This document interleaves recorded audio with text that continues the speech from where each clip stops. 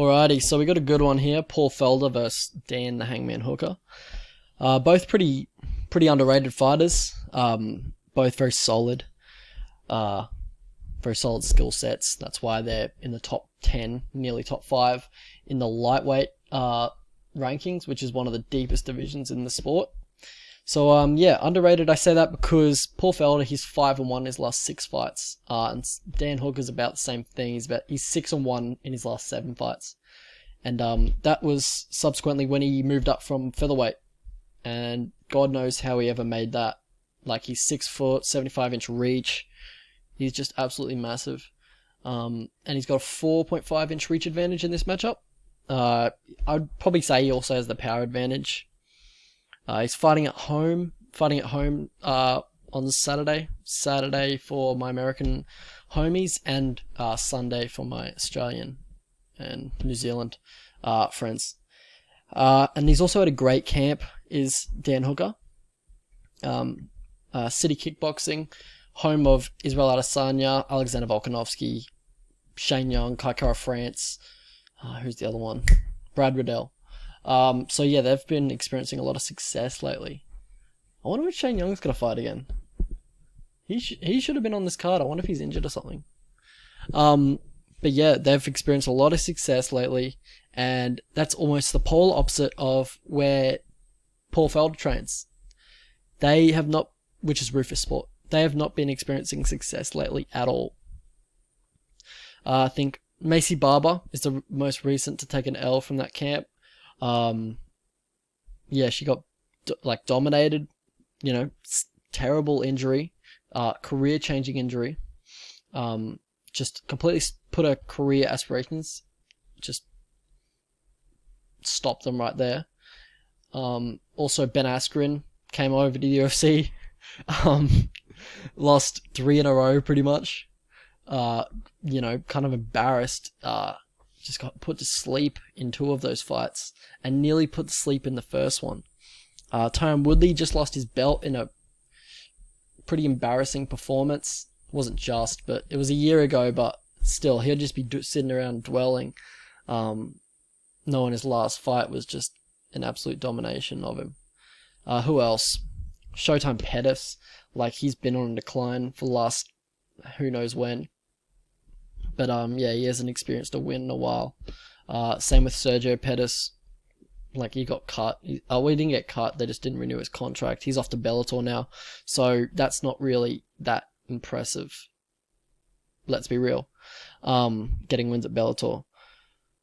But yeah, so him and Bilal Muhammad are pretty much the only 2 successful people in that camp at the moment. Woodley has a chance to redeem himself, but that won't be before Dan Hooker. The Felder Dan Hooker fight, so he'll still be in the same boat. Alright, so we'll break down Felder first. He'll finish a boxing combination with a heavy left hook. He's actually got a pretty nice left hook, gets a bit of power onto it. Throws a lot of spinning stuff, spinning elbows. Saw him drop, sort of finish Danny Castillo with a spinning elbow, perfectly placed. Normally tries to catch his opponent as they're coming in. He's got very good timing on it. It's one of his specialties, one of the things that puts him apart. Because when you look at him, you don't really know what sets him apart, how he's so successful. But yeah, he's got those little things, those little nuances that he's very good at. Yeah, throws the spinning elbows, throws the spinning back fists. Once he gets into the clinch, he'll throw elbows. Once he gets it to the ground, he'll throw elbows. Loves his elbows. But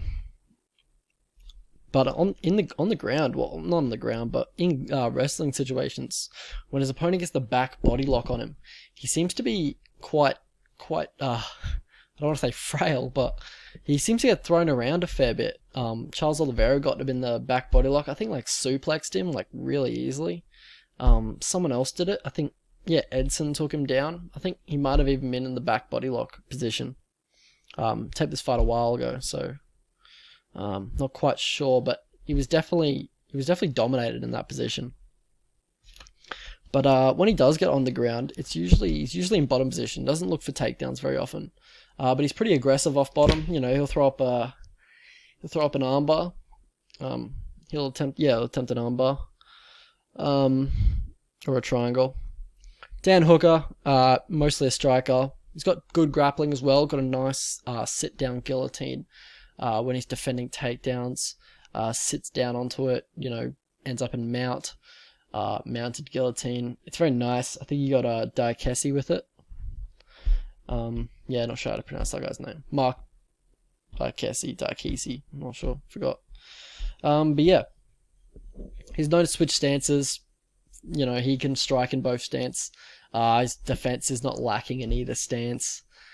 His reactions are, very good. He keeps his hands low, trusts in his reactions and his chin. But he's mostly an orthodox, I'd say. He also likes to finish combinations with a nice left hook. And yeah, as I said before, he does have the power advantage. So we could see a Condit, Dan Hardy, situation again. When they both go for left hooks and then one just absolutely lands with more power, lands quicker, and one of them gets their light shut out. He's also got nice distance control. His length compensates for his lack of speed. I wouldn't say he's the fastest guy. I wouldn't say he's the fastest hand speed, but he's very long. It's very long for the division. And also he can hit you from distances where you can't hit him. So that's why he looks like he's so dominant in the striking, even though he has quite, slow hand speed. Considerable power. He's got considerable power on both hands. He's got a granite chin. Took absolute bombs from Edson Barbosa in the first round. Just didn't have the right game plan for that one. And that's one of the knocks on him, that he has no plan B, no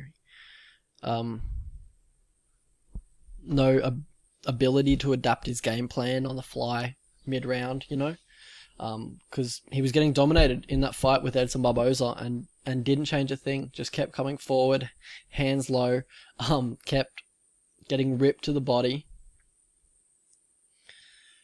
It was, he wasn't pressuring Edson, as you got to.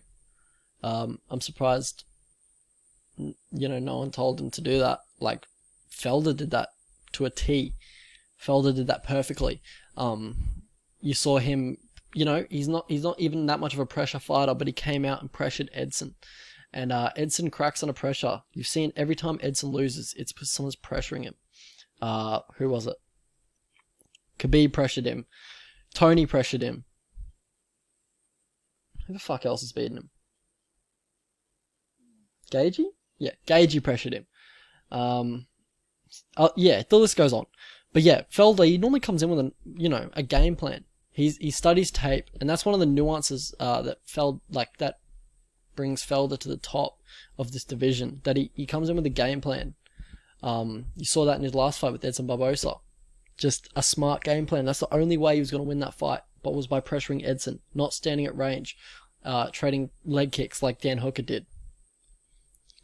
But yeah, like both these guys, granite chins, tough as nails. Felder, some other nuances in his game. He's got powerful elbows.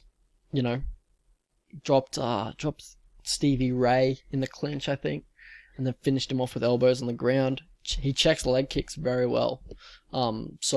And Dan Hooker doesn't usually set up his leg kicks. So that could be an interesting little battle within the battle to watch on Saturday night or Sunday night, depending where you are. Some flaws in Dan Hooker's game is that he keeps his hands low at all times. Complete trust in his chin. I get it. That's his game plan. He's looking for the counter. He's looking to bait you in, and so he can counter. But sometimes he's not even countering. He's just chin low, looking for his shots. Chin high, sorry, looking for his shots. Fires from the hips. Just kind of his style, I guess. And he does back up in a straight line with his chin in the air when he's getting pressured, or when the opponent blitzes on him. He does back up with his chin in the air, just kind of like, tall guys, they all have that same kind of striking defense when they're getting pressured. James Vick is a perfect example. He just leans back because he thinks he's so tall, he's so long that the person can't possibly hit him. But you've seen it, like, you lean back, your chin's in the air. Normally their hands, Dan Hooker doesn't bring his hands up at all, so his hands are nowhere near his chin. Chin's in the air. Perfect opportunity for a left hook. And that's the type of punches that can put your lights out. Also, Dan Hooker doesn't check leg kicks at all. And his kicks are slow and can be countered. You saw that in the Edson Barbosa fight. Just kicks were not as quick as Edson's. Edson was just fucking counting them with ease, really. Paul Felder, how he loses, he's not very effective on the back foot. He needs to be on the front foot. And that'll be an interesting little battle as well. To see if Dan Hooker can put him on the back foot, because Dan Hooker's usually the one coming forward, kind of stalking his opponent. Also, Paul doesn't have very good takedown defense. And also he doesn't wear damage well, which he's probably going to get marked up in this fight, to be honest. Hooker's got a nice snapping jab. He's got a lot of scar tissue. Yeah, just doesn't wear damage well. I can see this fight getting ended in a cut. That's what I'm quite worried about, is a Paul Felder cut. Or a Dan Hooker cut, if Paul Felder hits him with a nice elbow. But if I was Dan Hooker, I'd be slicing him up with elbows. He's got thin skin, I think. He's just very cuttable. He's pretty comfortable on his back, doesn't have the greatest get-ups, just kind of tries to set up arm bars, which isn't the smartest thing to do if you're fighting to a decision. Judges don't score it very highly. Path to victory for Dan Hooker. I think use your footwork to evade the upcoming right hand when he steps into range to close the distance. Because he always steps into distance and throws the jab or the left hook, and then he follows up with the right hand every single time. So just look out for that. Just evade it, step off to your right or your left, and then try and counter from the side. Stay long. Get respect early. Make him respect that range that you want the fight to be at. Hit him with the jab, slap him with the two early, and get that respect. And look for takedowns if the stand-up's not going your way. Paul Felder doesn't have great takedown defense, so just look for that. Path to victory for Paul Felder. Leg kicks. Dan doesn't check him, as we talked before.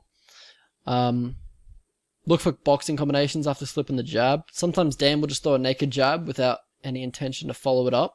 So, look for boxing combinations, because that's what judges will look at. They'll look at Dan throwing a single jab, which isn't even a significant strike, versus you slipping the jab and then throwing some boxing combinations. If Dan switches to southpaw, throw the body kick. You got a pretty decent body kick. Work the body. You saw, he folded after Edson started working the body, because he's got a granite chin. So don't try and put his lights out. Just work the body. Get in boxing range. You got to pressure. You got to be on the front foot. Pretty much the same game plan as you fought Edson at. Just don't respect the range. You've got to be on the front foot. You've got to be pressuring. And get him backing up to the fence, and start teeing off from there. Just get him outside the two octagon lines. So in this fight, I think I believe whoever wins round one will win the fight, to be honest. If Dan keeps a range, snipes from a distance, he'll win. Or if Felder can get, Hooker on the back foot and get his, boxing combinations on in boxing range, then I think he'll win. I think a live bet opportunity maybe, because you'll know who'll win after the first round.